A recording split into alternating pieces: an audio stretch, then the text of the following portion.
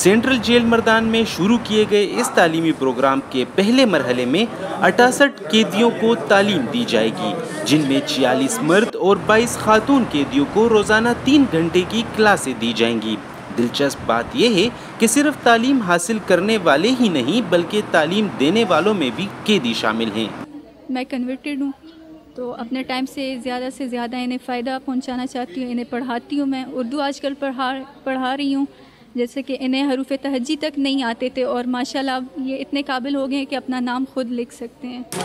Programme کے تحت 6 مہینوں میں قیدی تیسری کلاس جبکہ 4 سالوں میں میٹرک تک تعلیم حاصل کر سکیں گے۔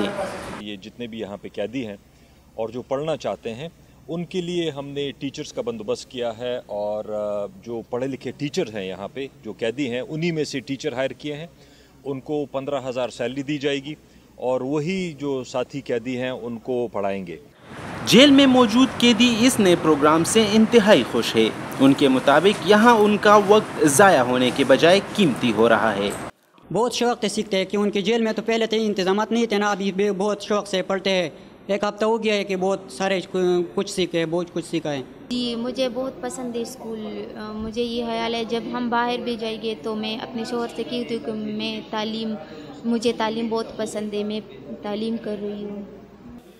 صوبائی محکمہ تعلیم باقی صوبے کی جیلوں میں بھی اس پروگرام کو شروع کرنے کا منصوبہ رکھتا ہے۔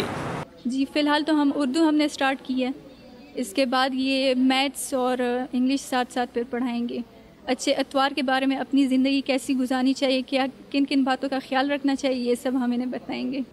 مردان جیل میں شروع کیے گئے یہ تعلیمی پروگرام نہ صرف ان طلبہ کی ذہنی صلاحیتوں کو نکھارے گی بلکہ جرائم کی روک تھام میں بھی ایک اہم کردار ادا کرے گی۔